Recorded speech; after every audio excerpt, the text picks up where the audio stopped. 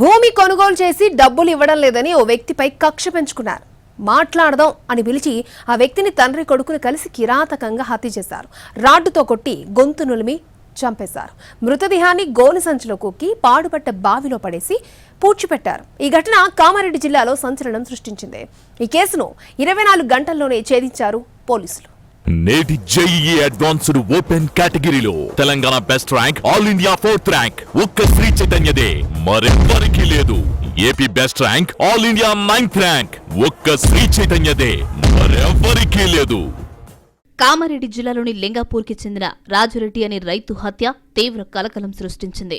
2 రోజుల క్రితం లింగాపూర్ నుంచి రైతు రాజిరెడ్డి అదృశ్యమయ్యాడు. చాలా చోట్ల వెతికిన అతని కుటుంబ సభ్యులు చివరికి పోలీసులకు ఫిర్యాదు చేశారు. మిస్సింగ్ కేసుతో రంగంలోకి దిగిన పోలీసులు దర్యాప్తు చేపట్టారు. ఈ క్రమంలో రాజురెడ్డి మృతదేహం స్థానికంగా ఉన్న ఓ పాడుపడ్డ బావిలో లభించింది. గోనె సంచిలో కట్టి పూడ్చిపెట్టినట్లు పోలీసులు గుర్తించారు. మృతదేహాన్ని వెలికితీసి దర్యాప్తు చేపట్టగా సంచలన విషయాలు బయటపడ్డాయి. రాజురెడ్డికి లింగాపూర్కు చెందిన ఎల్లయ్య, ఆయన కుమారుడు ప్రణీత్తో భూ తగాదాలు ఉన్నట్లు పోలీసులు గుర్తించారు. దీంతో వారిని అనుమానితులుగా అదుపులోకి తీసుకున్నారు. తమదైన శైలిలో విచారణ చేపట్టగా భూమి కొనుగోలు చేసిన డబ్బులు ఇవ్వకపోవడం వల్లే రాజురెడ్డిని హత్య చేసినట్లు నిందితులు ఒప్పుకున్నారు. కేసును 24 గంటల్లోగా ఛేదించారు పోలీసులు.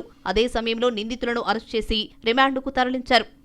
ఎల్లయ్య తన 21 గుంటల భూమిని రాజురెడ్డికి ₹1,20,00,000 విక్రయించేందుకు ఒప్పందం చేసుకున్నాడు. ఈ క్రమంలో 28 లక్షల రూపాయలు చెల్లించాడు రాజురెడ్డి.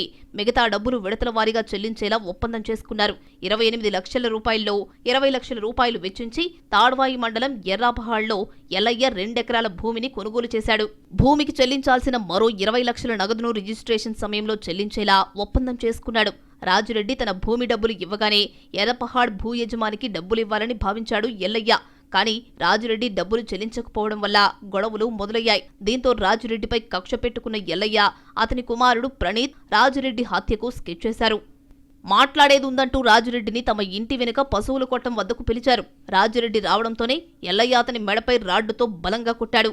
కింద పడ్డ రాజురెడ్డి గొంతు నులిమి హత్య చేశారు. మృతదేహాన్ని గోనె సంచిలో వేసి ఎవరికి అనుమానం రాకుండా గ్రామ సమీపంలో ఓ పాడుబడ్డ బావి వద్దకు తీసుకెళ్లారు. బావిలో గుంత తీసి మృతదేహాన్ని పూడ్చిపెట్టారు. అతని బైక్ ను ఊరవతల ఓ ఫంక్షన్ హాల్లో వదిలేశారు. పోలీసుల విచారణలో నిందితులు హత్య చేసినట్టు ఒప్పుకోవడంతో అరెస్ట్ చేసి రిమాండ్కు తరలించారు. ఓ రైతును మరో రైతు కుటుంబం హత్య చేయడం తీవ్ర కలకలం సృష్టించింది. భూమి కొనుగోలు చేసి డబ్బులు చెల్లించకపోవడంతో తలెత్తిన వివాదం 2 కుటుంబాలను రోడ్డున పడేలా చేశాయి.